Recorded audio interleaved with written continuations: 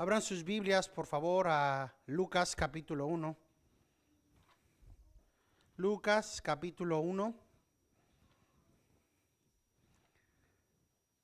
Ya está reconociendo mi hija un poco más el español. Ya sabe que cuando digo abran sus Biblias, ¿qué significa en inglés? Y su abuela también le está enseñando más español y le lee más libros. Lucas capítulo 1. Leeremos el versículo 5 al versículo 7. Por favor, pónganse de pie para la lectura de la palabra de Dios. Lucas capítulo 1, versículos 5 al 7. Dice así la palabra inerrante, infalible y santa de Dios.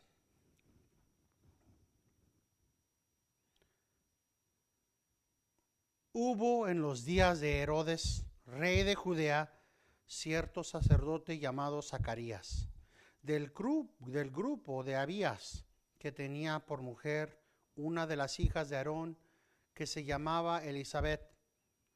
Ambos eran justos delante de Dios y se conducían intachablemente en todos los mandamientos y preceptos del Señor.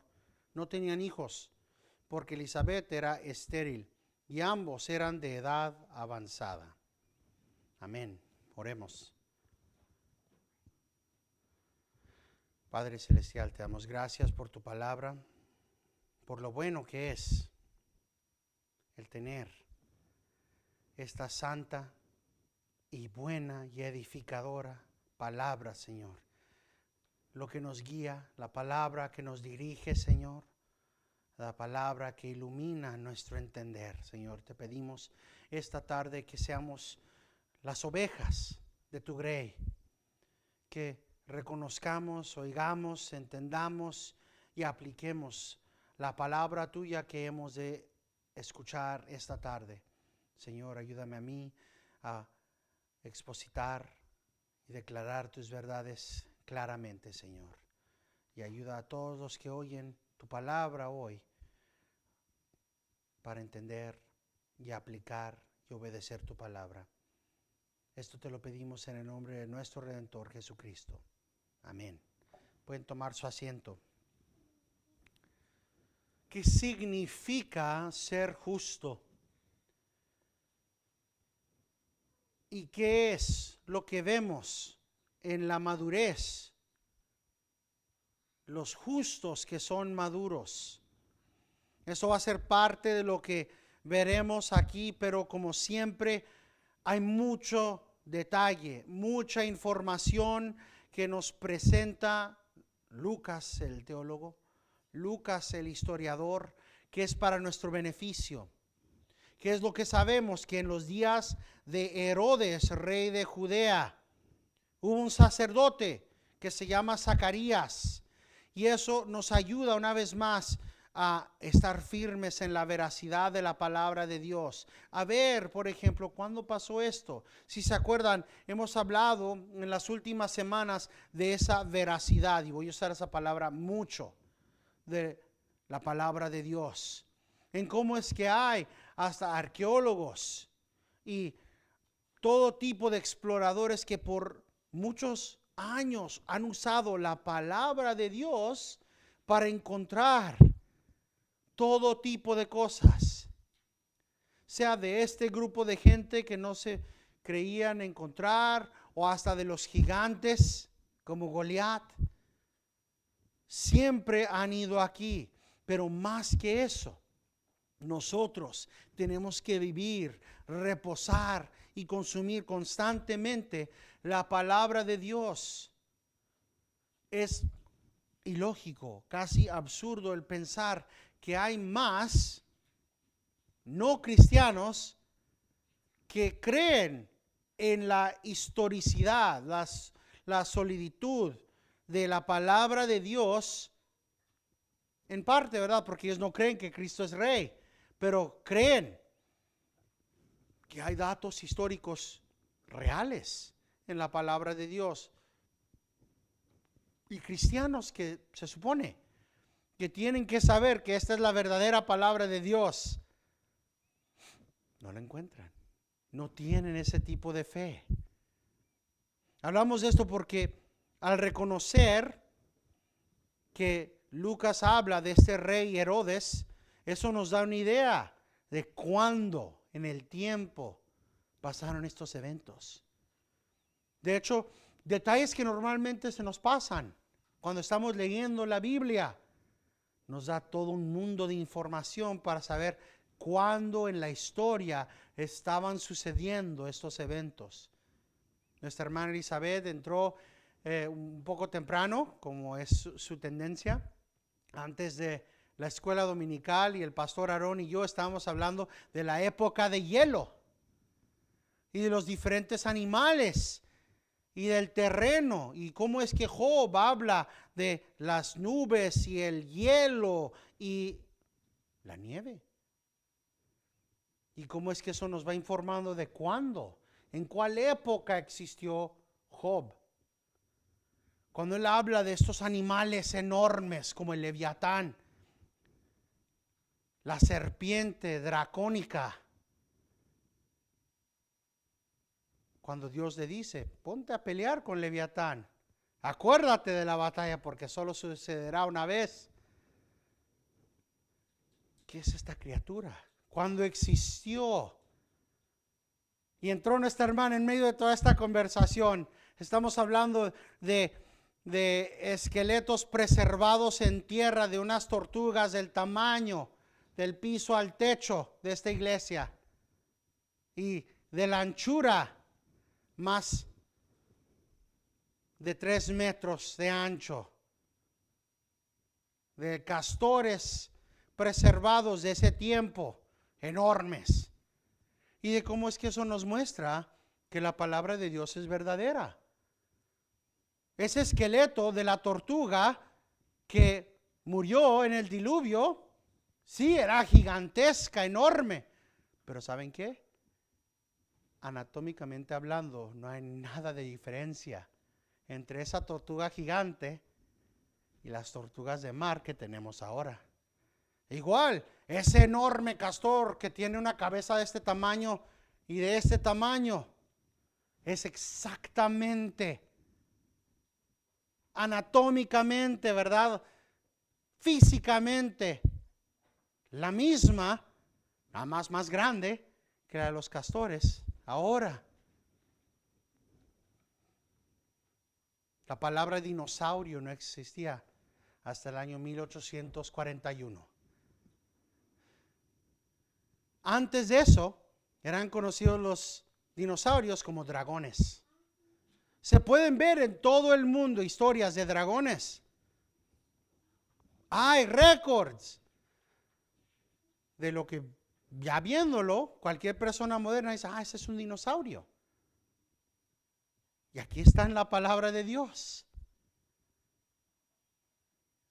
Pero muchos cristianos no están firmes en eso. Tenemos que. Los datos que tenemos aquí, Herodes, ¿cuándo existió Herodes? Pues Herodes fue rey de Judea entre el año 37 y el año 4 antes de Cristo. Así que estos eventos que Lucas graba por nosotros sucedieron entonces. Pasó aquí. Y de hecho, viendo los datos que nos da Lucas, vemos que esto estaba sucediendo cerca del fin del reino de Herodes, que nos trae a más cerca y más cerca del año 4 antes de Cristo. Una vez más, esto sirve para lo que dice Lucas en el versículo 4, para que sepas la verdad precisa acerca de las cosas que te han sido enseñadas. Es preciso los detalles que están en la palabra de Dios. La secuencia de los eventos son importantes y han sido importantes desde Génesis. Como hablamos de la luna, ¿verdad? Y de la tierra la semana pasada. Y el reconocer que la secuencia presentada de cómo fue creado todo, que primero estuvo la tierra, porque Dios creó la tierra, antes del sol, la luna y las estrellas en el día 4, es importante. El orden es importante. El rey Herodes es el mismo el que hablamos hace unos meses en nuestro tiempo de Adviento. Ese rey paranoico. Hay información fuera de la Biblia histórica que habla de este rey. Era conocido como Herodes el Grande porque él hizo muchas estructuras. Él estaba edificando el templo de Salomón, restableciendo el templo durante toda su vida. De hecho, ¿qué es lo que vemos? Que Cristo estaba caminando y hablando y todavía se estaba edificando. Todavía estaban terminando el templo. Aquí estaba, pero este rey también era paranoico. Pueden ir y buscar los datos y pueden ver las escrituras de Romanos que hablan de cómo es que este mismo rey mató a sus familiares para que no hubiera ninguna competición contra él. Cómo es que este mismo Herodes no tenía misericordia para cualquier persona. Él mató a miembros de su familia para que no lo usurparan. Es el mismo rey que, entendiendo ahora, ¿verdad? Vemos eso, pues sabe que hace un poco más sentido. Y vemos la veracidad de la palabra de Dios cuando dice que este rey dijo: maten a todos los bebés de 2 años para abajo. ¿Por qué? ¿Por qué? Porque es consistente con lo que sabemos de Herodes. Herodes no quería competición para su reinado de Judea. Si vienen estos magos de Babilonia y dicen: ¿dónde está el rey? ¿Dónde está el rey de los judíos que ha nacido?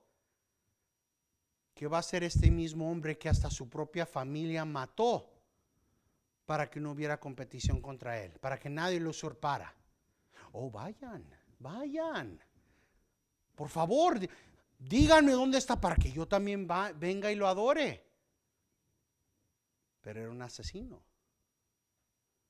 Era un homicida, era un psicópata, que por muchas cosas buenas que haya hecho, era instrumento de Dios para que se cumpliera la profecía del llanto de la gente de Israel en la matanza de tantos bebés. Era un tiempo oscuro. Moriría toda una generación de niños cuando fue anunciado el nacimiento de Cristo. Acuérdense que los magos no llegaron hasta casi 2 o 3 años después de que Cristo nació. Pues por eso que Herodes manda que todos los niños mueran. Y de una manera similar estaba la gente de Dios en ese tiempo, básicamente a oscuras. Dios no había hablado con nadie. Después de el profeta Malaquías no había más iluminación. 400 años habían pasado y la última palabra que ellos tenían era de Malaquías capítulo 4. Malaquías capítulo 4, versículo 1 al 6, donde Dios habla a través del profeta. Porque aquí viene el día ardiente como un horno, y todos los soberbios y todos los que hacen el mal serán como paja. Y el día que va a venir les prenderá fuego, dice el Señor de los ejércitos, que no les dejará ni raíz ni rama, mas para vosotros. Escuchen, porque esto es importante para ustedes. Mas para vosotros que teméis mi nombre, cristianos, fieles, rectos, justos, judíos, se levantará el sol de justicia con la salud en sus alas.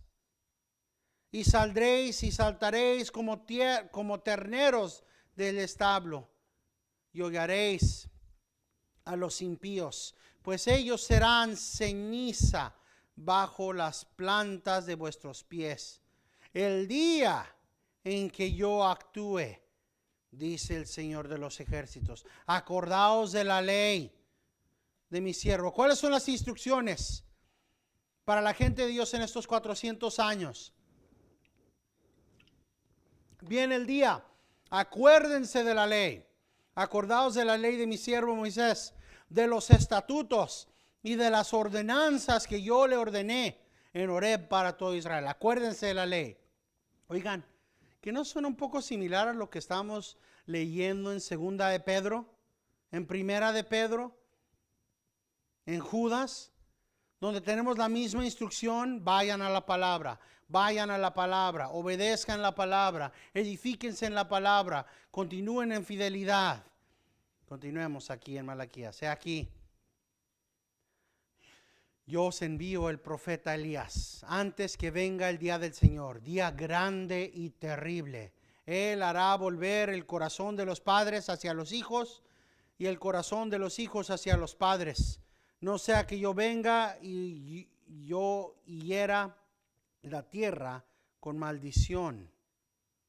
Eso fue lo último que escucharon. Y después de eso, silencio. Silencio por 400 años. Y los acontecimientos que preserva para nosotros Lucas, es el momento donde va a quebrarse ese silencio de 400 años. ¿Qué es lo que vemos? En este tiempo, más o menos 4 antes de Cristo, Herodes, rey de Judía, hubo un sacerdote llamado Zacarías, del grupo de Abías, que tenía por mujer una de las hijas de Aarón, que se llamaba Elizabeth. Y normalmente dicen, está bien, qué bueno, aquí está Zacarías, y se pasan. Pero una vez más, hay propósito, hay información. ¿Qué es esto? ¿Quién es Zacarías? ¿Por qué es justo él? ¿Cómo es justo? ¿Cómo es obediente a la ley? Bueno, primero que nada empezamos con que él es un sacerdote y él es del grupo de Abías. ¿Dónde encontramos ese grupo? Pues ¿saben dónde lo encuentran? En una de esas partes de la Biblia donde están casi dormidos. Vamos a Primera de Crónicas. Primera de Crónicas, capítulo 24. Primera de Crónicas, capítulo 4, del versículo 1 al 6. Primera de Crónicas 4, del 1 al 6. Los hijos de Judá fueron Perez, Asrón, Carmí, Ur y Sobal. Y Reía, hijo de... 24, estoy en el capítulo incorrecto. 24, perdón. Primera de Crónicas 24, 1 al 6. 24. Y estas fueron las clases de los descendientes de Aarón. Acuérdense que está la tribu de Leví y los levitas son los que fueron escogidos para ser sacerdotes. Los hijos de Aarón, los descendientes de Aarón fueron Nadab, Abiú, Eleazar e Itamar. Pero Nadab y Abiú murieron antes que su padre y no tuvieron hijos. De modo que Eleazar e Itamar sirvieron como sacerdotes. Y David con Sadoc de los hijos de Eleazar y Ahimelech de los hijos de Itamar los dividió según sus oficios para su ministerio. ¿Cuáles son las divisiones? Puesto que se encontraron más hombres principales entre los descendientes de Eleazar que entre los descendientes de Itamar. Los dividieron así: los descendientes de Eleazar, 16 jefes de casas paternas, y 8 de los descendientes de Itamar según sus casas paternas. 16 y 8 son 24 divisiones. Así fueron divididos por suerte. En otras palabras, Dios es quien escogió estas divisiones, los unos y otros, porque eran funcionarios del santuario y funcionarios de la casa de Dios, tanto los descendientes de Eleazar como los descendientes de Itamar. Y Samaías, hijo del escriba Natanael de los levitas, lo inscribió en la presencia del rey, los príncipes, el sacerdote Sadoc, Ahimelech, hijo de Abiatar, y de los jefes de las casas paternas de los sacerdotes y de los levitas, una casa paterna designada para Eleazar y otra para Itamar. Y luego llegamos, ¿verdad? Porque ahí están, primera en suerte, Joirib, la segunda, Jedaías, la tercera, Harim, la cuarta, Seorim, la quinta, Malquías, la sexta, Mijamín. Y luego el versículo 10, la séptima, Acos, la octava, Abías. Todo esto, ¿verdad? Pasamos por los nombres y pues, ¿eso qué tiene que ver? ¿Y cuándo van a ser importantes estos nombres y estas 24 diferentes órdenes desde aquellos que van a servir en el templo? Y ¡wham! De repente estamos en el Evangelio de Lucas y uno de los detalles que nos presenta es la realidad que Zacarías era del grupo de Abías. Que este era uno de los grupos, uno de los 24 grupos que eran escogidos por Dios mismo para servir en el templo y en la casa de Dios. Y sabemos, aunque no vamos a ir ahí, que en Levítico 21, versículo 14, Dios manda que los que son sacerdotes se casen con una virgen israelita. No pueden casarse con alguien fuera de la gente de Israel. Noten eso, de la gente de Israel. Y de hecho no pueden casarse con una mujer que no era virgen, una mujer que fue casada anteriormente. Ni con viuda, dice la palabra de Dios, ni con prostituta, ni con extranjera se podían casar. También sabemos que después del exilio de Babilonia, en Esdras 2, 36 al 39, solamente cuatro de estas divisiones regresaron. ¿Qué es lo que vimos aquí? ¿Qué es lo que vimos en Primera de Crónicas 24? Que habían 24 divisiones, ¿verdad? Pero después de que regresaron de Babilonia, solamente habían 4. Solamente 4. Y esas 4 se subdividieron para regresar a ser una vez más 24 divisiones. Con aquellos otros tomando el nombre de las otras divisiones, como la de Harim, o de Malquías, o de Cos, o de Jesúa, o Eliasib. Fueron tomando estos nombres, se subdividieron. Todo esto, ¿verdad? Para saber quién es Zacarías. Regresando una vez más acá. Pero ¿cuál otro detalle nos da aquí? Bueno, era del grupo de Abías, ya sabemos de dónde vienen, cuál era el grupo y que era una de las divisiones que sirve en el templo, que tiene oficio y trabajo haciendo el trabajo de las cosas de la casa de Dios, ¿verdad? Y que este hombre, si quiere ser un hombre justo y no como aquellos que fueron escritos en el libro de Esdras, ¿verdad? ¿Qué es lo que pasó? Se casaron con mujeres paganas. ¿Y cuál era la instrucción? Déjenlas. Se supone que son levitas. Dejen a esas mujeres, arrepiéntanse de ese pecado.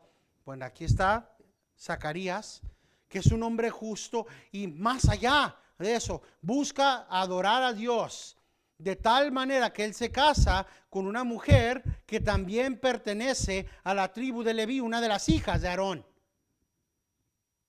No nada más se casa, él tiene permitido, ¿verdad?, casarse con cualquier mujer, cualquier virgen de entre la gente de Israel. Pero él decide el casarse con otra mujer que viene del linaje sacerdotal. Hemos hablado varias veces de esta realidad, que la gente de Dios no debería de casarse, no que no suceda, pero que no debería de casarse con los mundanos. Los justos buscan. Ahora, quiero que entiendan, ¿quiénes son los justos? Los maduros, aquellos que entiendan. Hay una gran diferencia entre aquellos que saben que crecieron en una familia cristiana y les fue enseñado, miren la actitud, el carácter de los justos, miren cómo es que busca Zacarías no nada más casarse con una persona, podríamos decir, con una persona cristiana como él, con una persona de la gente de Dios, pero más allá de eso, él busca aún casarse con una mujer que va a entender su trabajo como sacerdote. El no estar desbalanceados o con alguien que no va a entender, aún existe dentro de la gente de Dios. El saber, ok, vamos a casarnos, somos cristianos, gloria a Dios. Pero también puede haber desbalance si uno sabe más de la palabra de Dios y otro no. O si uno sabe y está yendo en pos, está siendo discipulado para ser pastor. Zacarías demuestra, y es uno de los factores que nos demuestra la justicia, la obediencia, la atención a detalles que Zacarías tenía, que él dijo, no nada más me casaré con una virgen, sino me casaré con una de las hijas de Aarón, una de las hijas de la orden sacerdotal, que va a entender todos los trabajos, que entiende lo que es hacer apartado para Dios. Y qué es lo que nos dice Lucas, y esto es importante, esta es una declaración hecha muy pocas veces en la palabra de Dios, y ambos eran justos delante de Dios. ¿Quién más es llamado justo? Enoc. ¿Quién más es llamado justo? Noé.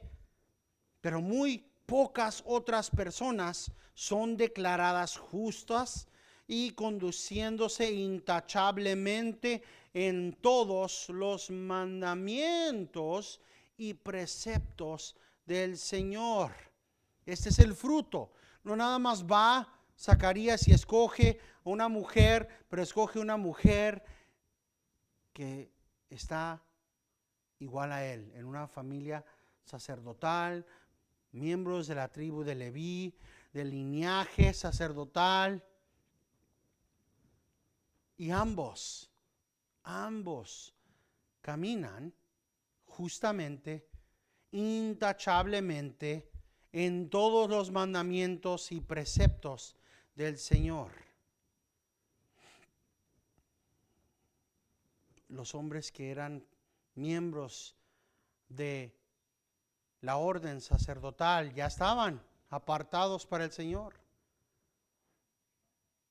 pero ellos iban más, continuaban, y vemos que esto es parte del carácter de aquellos fieles a Dios, aquellos justos, siempre van en pos de la obediencia, del ser intachables. Ahora sabemos, porque obviamente Noé no era sin pecado, ¿verdad? Se emborrachó, y el emborracharse es pecado. Igual, Zacarías es declarado justo, es declarado intachable en todos los mandamientos y preceptos de Dios, pero va a pecar en dudar.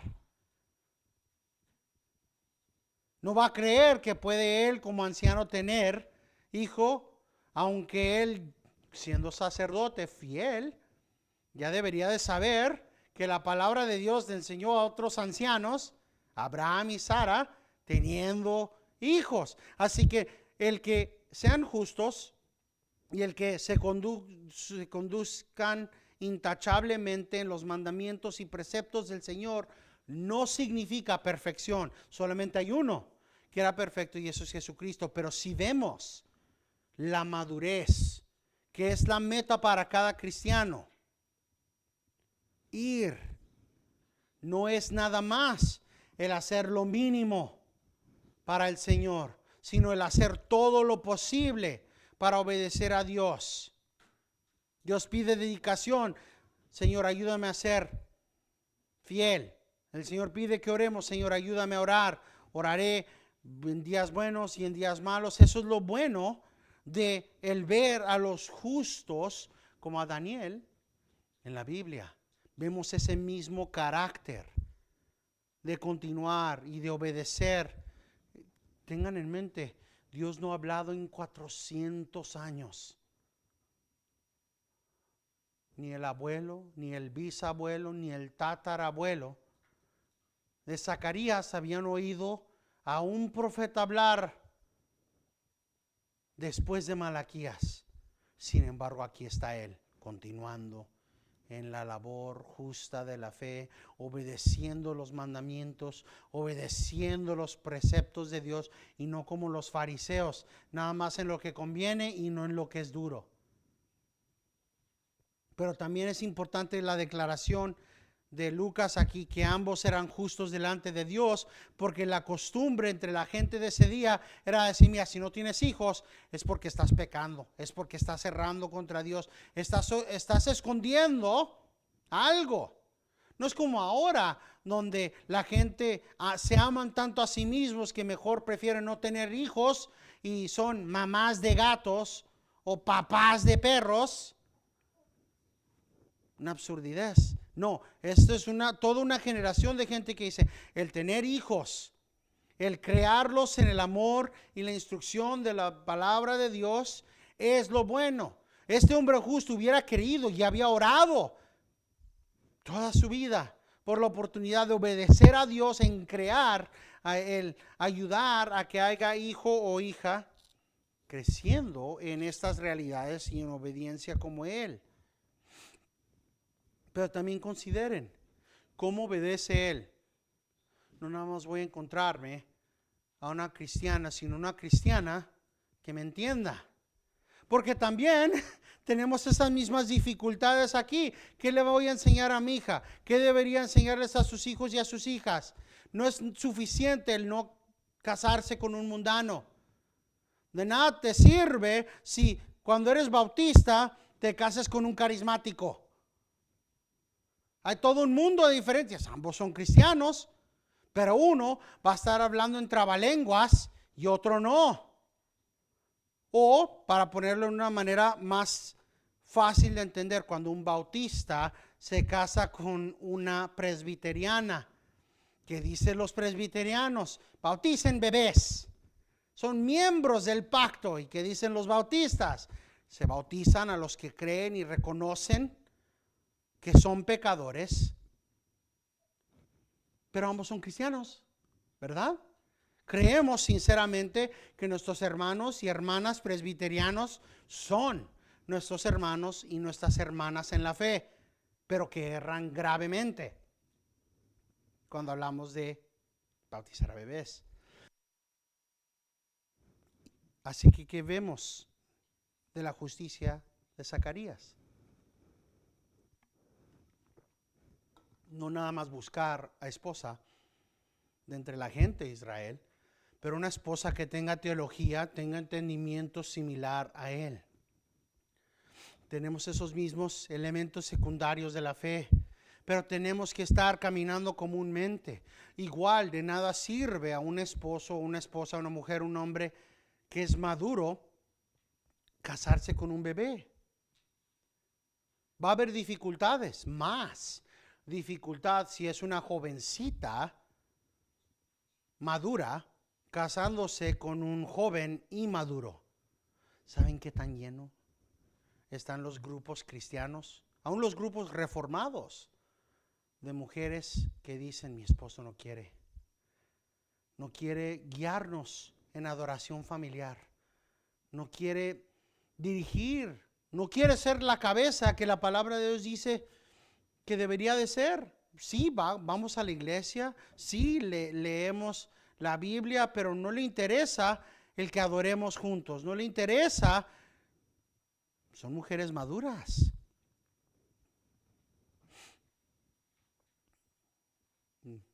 Es difícil para un hijo o una hija de un pastor que ha crecido siendo enseñados fielmente, el encontrar a alguien que tenga el mismo entendimiento teológico en lugar de bebés en Cristo. Hace mucho más difícil encontrar un esposo maduro, una esposa madura. Muchas veces los hombres maduros tienen dificultad con mujeres inmaduras que son rebeliosas o contenciosas, no porque sean odiosas, sino por simple inmadurez.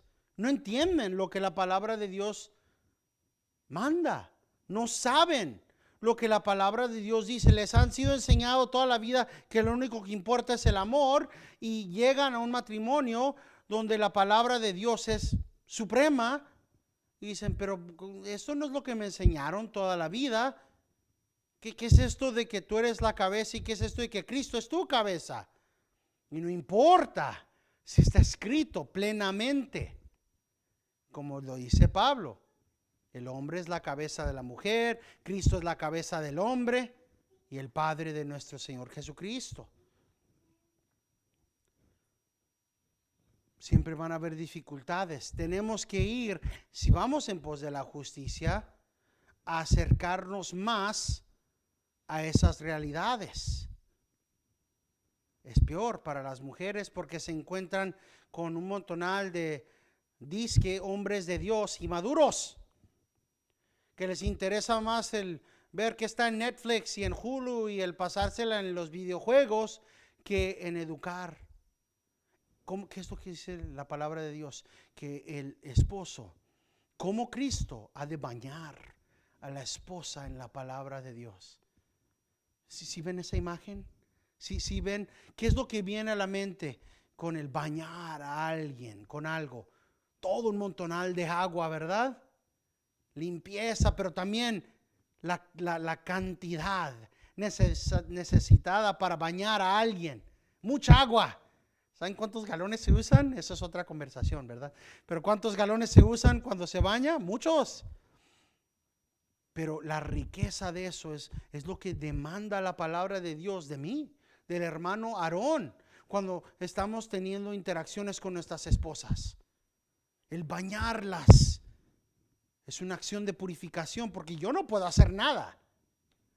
Yo no tengo el poder para hacer nada. Yo no puedo limpiar nada. Yo no puedo purificar nada. Pero la palabra de Dios es eficaz.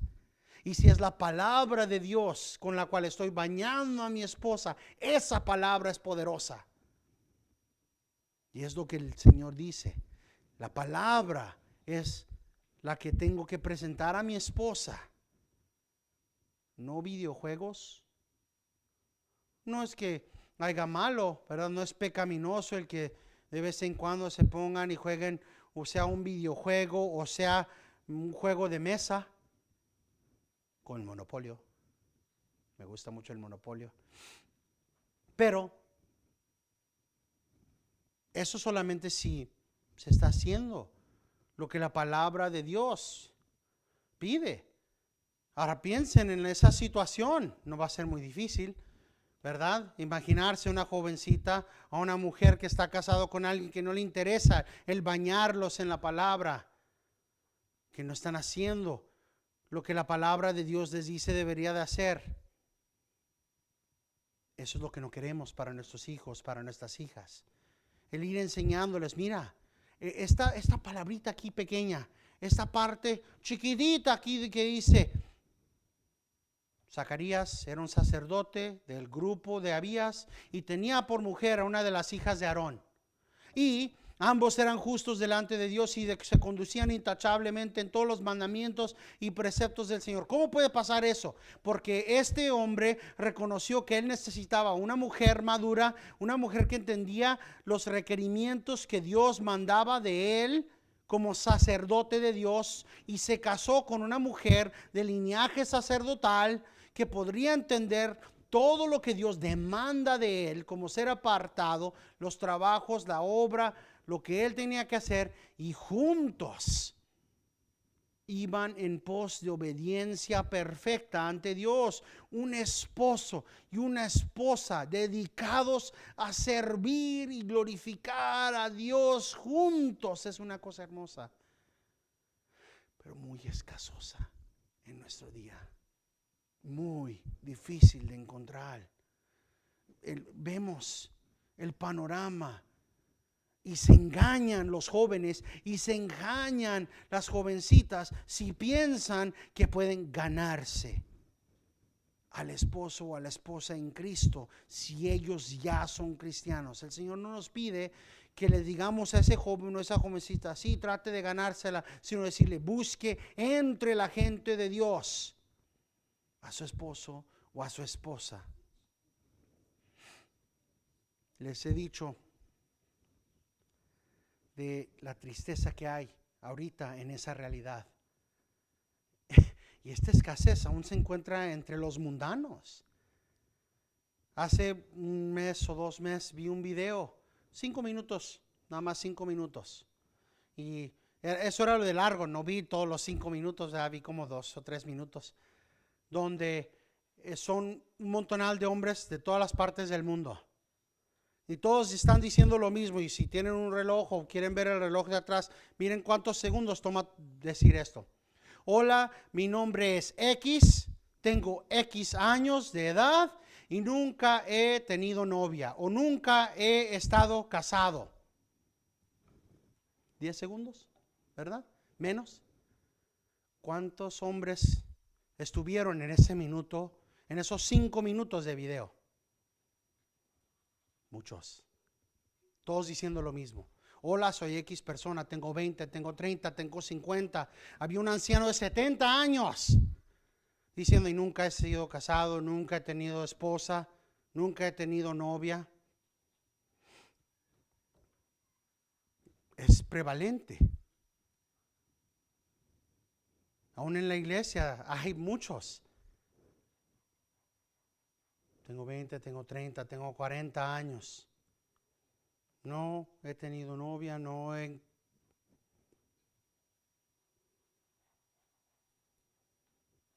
De hecho, hemos hablado de una persona similar que pasaron demasiadas décadas y prefirió casarse con alguien mundano que continuar fielmente esperando y buscando entre la gente de Dios, ¿verdad? Pero quiero que entiendan algo. 2 cosas. Una, el no tener esposo o esposa, o en el caso de Zacarías y Elizabeth, hijos, no es un don de Dios. Es una aflicción. Es una prueba de Dios. Es aflicción. Se los digo porque se han inventado en los últimos 2 o 3 décadas los cristianos esa historia de que Dios te ha bendecido con el don de no ser casado. Igual como el hermano Pablo, tú tampoco tienes esposo o esposa. No es un don, es una aflicción. Igual, Dios te ha bendecido con no tener hijos para que puedas dedicarte más al Señor. ¿Cuál es la justicia? El obedecer a Dios. Y siempre va a ir en contra de lo que dice el mundo. ¿Qué dice el mundo? Mira, tenemos a 9 billones de gentes, no necesitamos más bebés. Pero ¿saben cuál es la realidad? Esta nación no está teniendo suficientes bebés para continuar siendo una nación por demasiado tiempo. Estadísticamente hablando, se requiere 2.3 bebés por cada hombre y mujer casado para que pueda continuar siendo una nación. Obviamente no podemos tener 0.3 bebés, ¿verdad? Pero eso no es el punto. Esta nación está al 1.7, 1.3. Japón está casi a 1 o menos. Hay muchas naciones que simplemente por creer la doctrina del mundo no están teniendo suficientes bebés. Algunos porque no pueden, otros porque no quieren.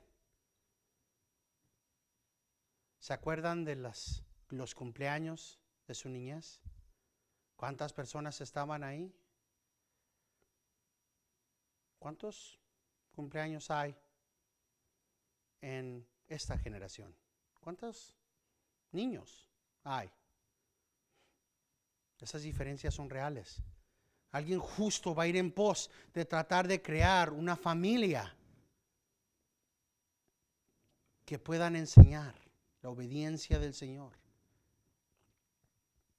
Así que es muy impactante cuando vemos el versículo 7, no tenían hijos porque Elizabeth era estéril y ambos eran de edad avanzada. Todos estos años, yendo en pos de la obediencia. ¿Y qué mandamiento tendría Zacarías que nosotros también tenemos? Ve y multiplíquense, vayan y multiplíquense. No hay ningún lugar en la palabra de Dios donde Dios haya dicho, revoco ese mandamiento. Vayan y multiplíquense, ejercen dominio. Sigue siendo el mandato de la gente de Dios. Nunca ha dejado de ser el mandato de la gente de Dios. Así que para que Zacarías y Elizabeth no hubieran tenido niño hasta su vejez, era una gran aflicción. Pero ¿qué es lo que nos dijo Lucas?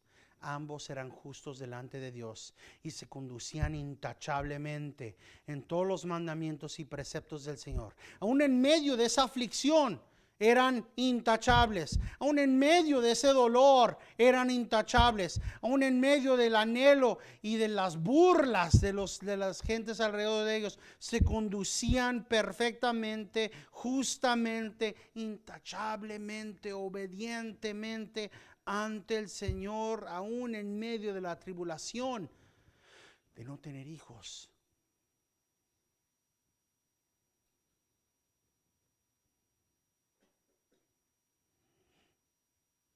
Hemos hablado de cómo es que en este día hay una mentalidad que dice que si sirves a Dios fielmente, tendrás hijos, tendrás buena salud, una buena casa, no tendrás deudas, no tendrás nada de qué preocuparte. ¿Y sabes qué? La cereza arriba de este pastelito es que hasta tu matrimonio va a estar sin ningún problema. Nunca se van a pelear. Todo va a ser paz, amor, felicidad y rosas cada viernes. La verdad es el opósito. La verdad es que un pecador se casó con una pecadora y se la van a pasar toda la vida tratando lo mejor que puedan a obedecer a Dios. Y van a haber veces que el pecado del esposo va a molestar a la esposa pecadora y que el pecado de la esposa va a molestar al esposo pecador, y que la única esperanza hay en que ambos estén en Cristo y que demuestren la reconciliación, que demuestren cómo se perdona. No se puede perdonar si no hay reconciliación, si no hay arrepentimiento. Necesita haber un esposo que diga: mi amor, perdóname, he pecado contra ti, me enojé y las cosas que dije no eran correctas, o sabes qué, mi amor, perdóname, yo sé que yo debí de haber sido hombre de mi palabra y no saqué la basura este último miércoles, perdóname. Y la esposa diciendo: mi amor, te perdono, y que haya reconciliación. El Señor dijo: en esta vida tendrás tribulaciones, tendrás dificultades, pero nuestra confianza es que Cristo ha vencido. Lo que importa es que terminemos la carrera de la fe bien. Y eso requiere que perseveramos una y otra vez, dificultad tras dificultad. ¿Cuántos años se requiere para que la palabra de Dios diga que eran de edad avanzada? ¿80? ¿90? No sabemos, ¿verdad? Pero ancianos ya lo eran. Ambos. Toda la vida, ¿verdad? Para que Zacarías dijera, pero es que ya estamos viejos, ¿cómo podemos tener bebés? Toda la vida. Cuando hablamos de las tribulaciones y las dificultades, tenemos que entender que es posible que hayan algunas tribulaciones que vamos a pasar compañeros toda la vida hasta nuestra vejez. Y lo que importa es que continuemos yendo en pos de la madurez, que continuemos corriendo la carrera de fe, que continuemos yendo en pos de esa madurez, sin importar la toxicidad del mundo, las otras tribulaciones, los otros problemas, yendo en pos de este tipo de ejemplo. En todo lo que pueda quiero ser intachable. En todo lo que pueda quiero ser obediente. En todo lo que pueda quiero ir sobre la justicia. Más claro lo tenemos ahora nosotros que la gente del mundo. Zacarías entendió, porque también está escrito en el Antiguo Testamento, sed santos como yo soy santo. Eso nunca ha cambiado, es el estándar que tiene Dios para su gente.